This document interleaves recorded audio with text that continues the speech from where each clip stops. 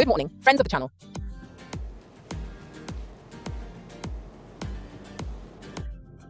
Today we'll find out what to do when Emma... You playing? Yes. We play. Right then, let's get started.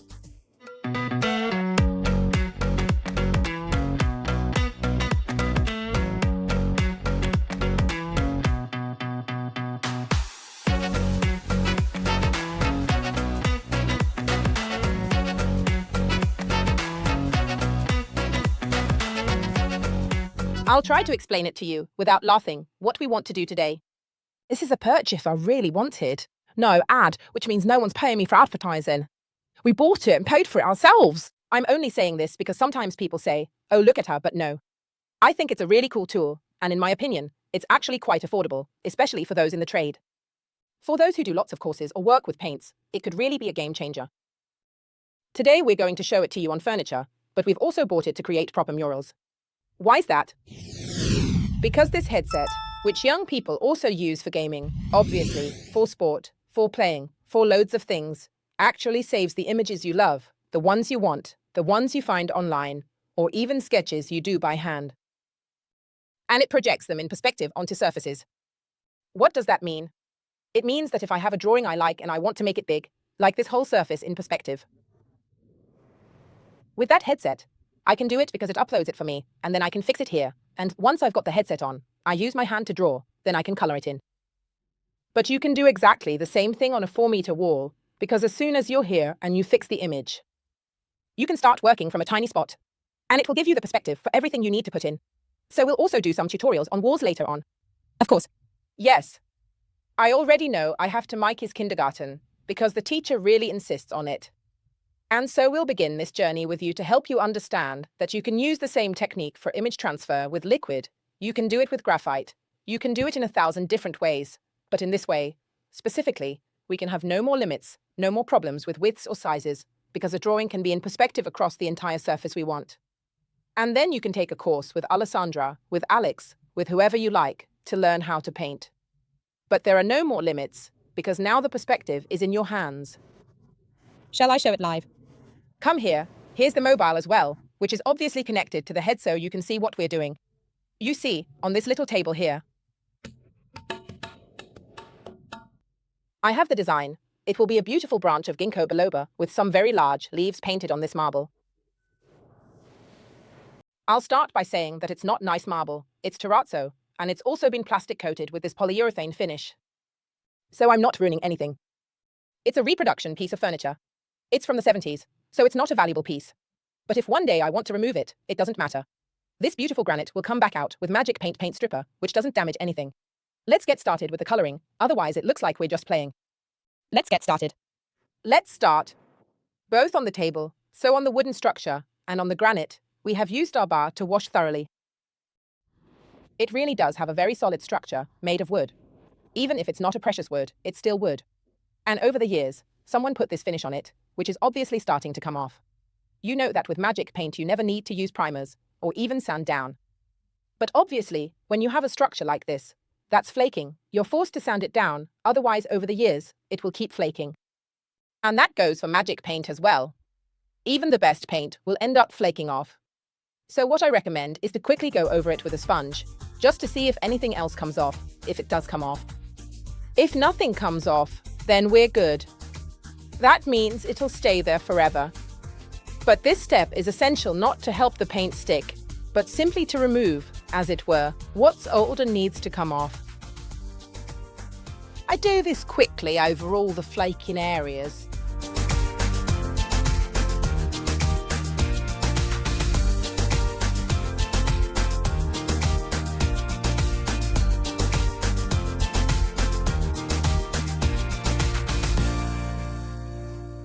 Look what a nice job. It all came off very easily. Keep tools like this close at hand. We jokingly call it the pleasure tool. In reality, it can be used both for scraping off old paint and for doing touch-ups on freshly applied paint. I love it, because I've got an old one and a new one. And they're absolutely perfect for this sort of job. It even gets into the most hidden crevices. Let's carry on. Since this edge of the wood is so lovely, we'll leave it natural. so it will frame our design. Nuit Parisienne. Make sure you mix it really well. Because these pigments are gorgeous, it's not a classic black, but a black with a hint of green and brown and a pointed brush. The most wonderful brush there is when you need to do this kind of work. Because you go deep, fill the moldings well, it doesn't take much effort. I also do the edge so that everything is nice and finished.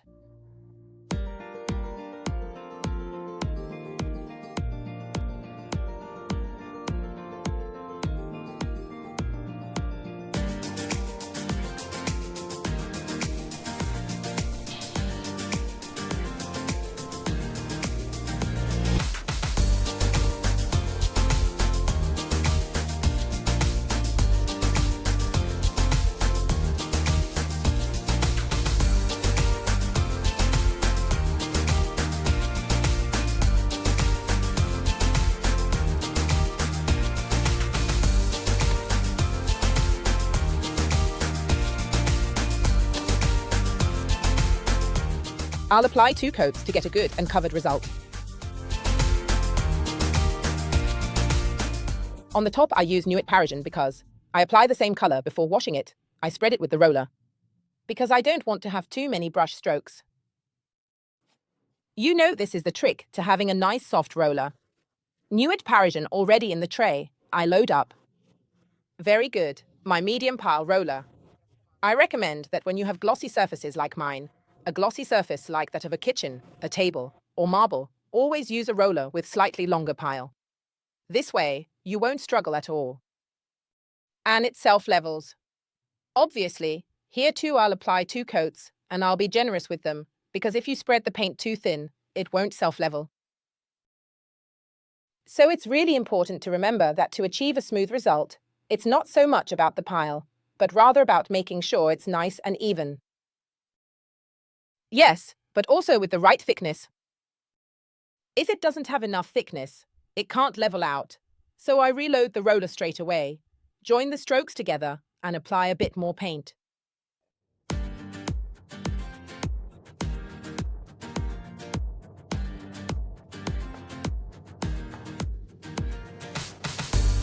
We'll do a light wash over the surface to create a finish that isn't completely uniform. I'll start by placing a small amount of Rocher into a bowl and incorporate just a tiny drop of Nuit Parisienne as well. This is to make a color that's closely matching the original base shade, but not too light. I really go by instinct, as you know by now that when I am in the process of creating these colors, I do it. Now I'll water it down.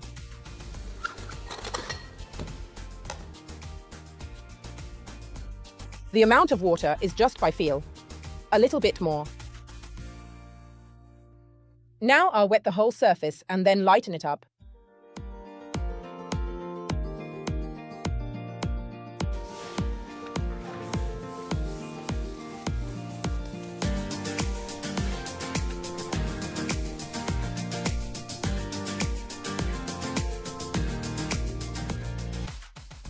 With a dry microfiber cloth, I start to remove some to lighten it and create a more textured surface. Don't do this with other paints, because magic paint lasts, but the others will flake off. Don't say I didn't warn you, all right. I start to lighten it up with the sponge as well, and this is because I want to have some areas of the surface more textured and others softer and more velvety. Bear in mind that in the meantime the paint is starting to set to dry, so the overlaps change.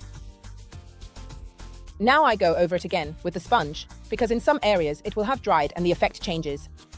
You see. The sponging changes. And now, bit by bit, I start to lighten it, bringing out the black again. If it dries too quickly, remember that you can always take a spray bottle and mist a bit of water. This way you really slow down the drying process.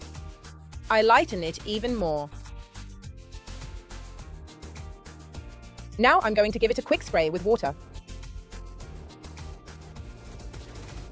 I pause for a brief moment and wait for it to soften up a little bit. And I start to remove it with the paper. And I keep lightening it more and more.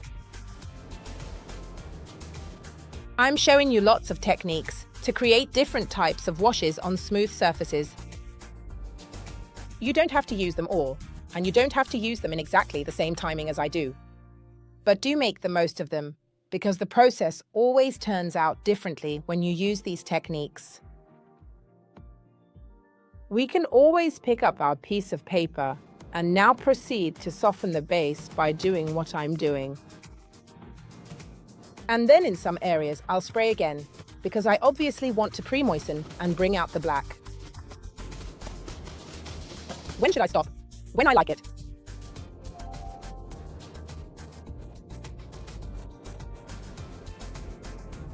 I can just dab it on. I can swipe it across, or I can use the Money sponge. It really just depends on whatever I like doing. I continue to dry it off for a little while longer, especially to set the color. Do this when you're happy with the result you've achieved.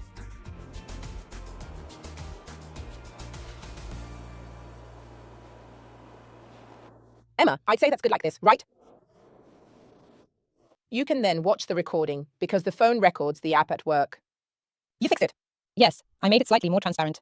Let me explain. The great thing is that she can also choose to make this figure, as you can see, either opaque or transparent. So now she sees the hand passing, but in transparency, as you can see, but she also sees the drawing. This is essential, because in this way she can do all the lines of the drawing. Here you go. So, what do you think? Shall we start? You'll see Emma, who is drawing a beautiful Ginkgo Biloba freehand on this little table. I trust you. Well done. Start from the branch. First part of the leaf. Try to be very precise. Even though we've said we won't do all the lines of the little ginkgo leaf, but we'll do all the outlines, right? Exactly. So now we're just using this white pencil. The classic pencil that children always have in their pencil case, but never use. At the end of the year, they still find it untouched. Because, in reality, we rarely draw with a white pencil, and it's creating all the edges of this beautiful drawing. I'm sure, Clarissa, that you'll manage to include all the details, won't you? Today we're using this method, but remember that you can also quite easily use carbon paper, graphite paper, or transfer liquid with a photocopy. Obviously, it's not so easy on a black surface, which is why today I was inspired by this technique to make this table. This way, we can also decorate on a dark surface with white. Well done, Emma. Look how lovely that is. Obviously, the more time passes, the more she starts to outline our whole branch. What do you think? Shall we let Clarissa relax and show how it turned out in a bit?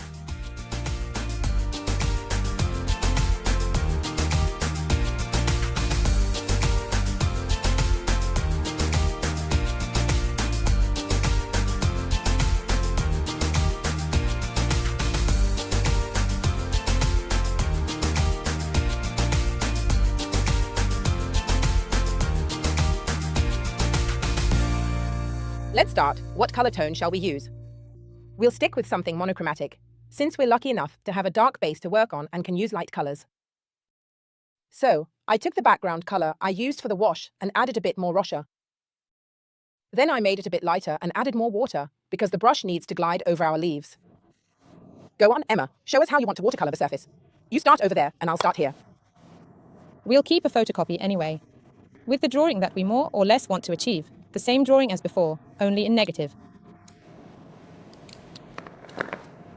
And we'll start to trace, watercoloring some brushstrokes, perhaps. Also using the brushstroke to suggest the shape of the leaf or the trunk. Exactly, since we'll also be working with lines later on to give more depth. Today I'm getting on very well with the set of flat-tipped brushes. They also help me to create a bit of the shape of the ginkgo, you see.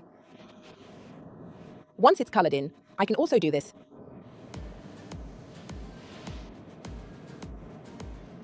And then I give it shape, like this. Now let's carry on filling everything in. Defining the outer edges.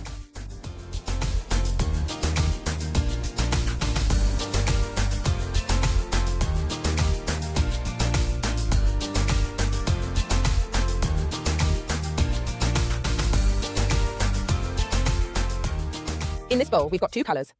1, the same as before, the one used for the leaves, and 2, it's the same, but with a tiny, almost imperceptible drop of Nuit Parisienne black in it. As you can see here, it looks very obvious, but when you use it, you'll see it much less. But why do I do this? To create these fine lines on the leaf, because the ginkgo has these delicate, smooth veins, but I don't want to do them in black as I don't want the result to be too harsh. So what do? I do it tone on tone, drawing lines with the same color to give the veining, and some lines that are just a bit darker. Like this. I start with the tone on tone lines from the edge and continue, going all the way to where the stem begins. Then I alternate, after a bit, with the other shade, so between one of these lighter lines and the next, I also add a darker one. With the slightly darker shade, we also go over the edge of the little leaf. This will help us achieve a very fine and delicate result, but tone on tone, not too striking. I change color, wipe off the excess, and carry on. At first you won't see it, but as soon as it dries, I assure you it will show. Oh yes, it will. Now let's also do the edges of the leaf. Like this. Going all the way round, as you can see, I've changed brush. Before, I was using a flat-tipped brush, but now I'm using a small pointed brush. This step with the pointed brush is important because it defines the whole leaf. And the restyling looks even neater. The brush I'm using is a size 2 with a rounded tip. Let's carry on.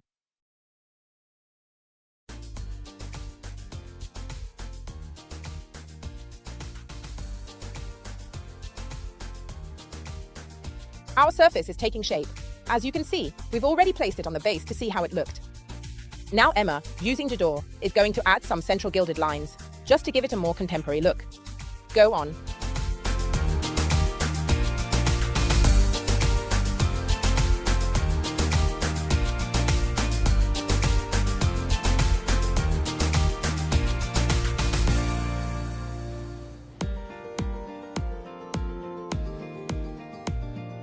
The marble is finished. In my opinion, the golden detailing looks really good. Now I'm going to apply a coat of matte protective coating all over, because yes, I like the gold, but I don't want it to be too shiny. I want something fairly contemporary. Meanwhile, Emma is protecting the whole structure with the same matte protective coating. I'm using a roller because I'll get a really perfect, velvety surface, while Emma is using a brush on the structure.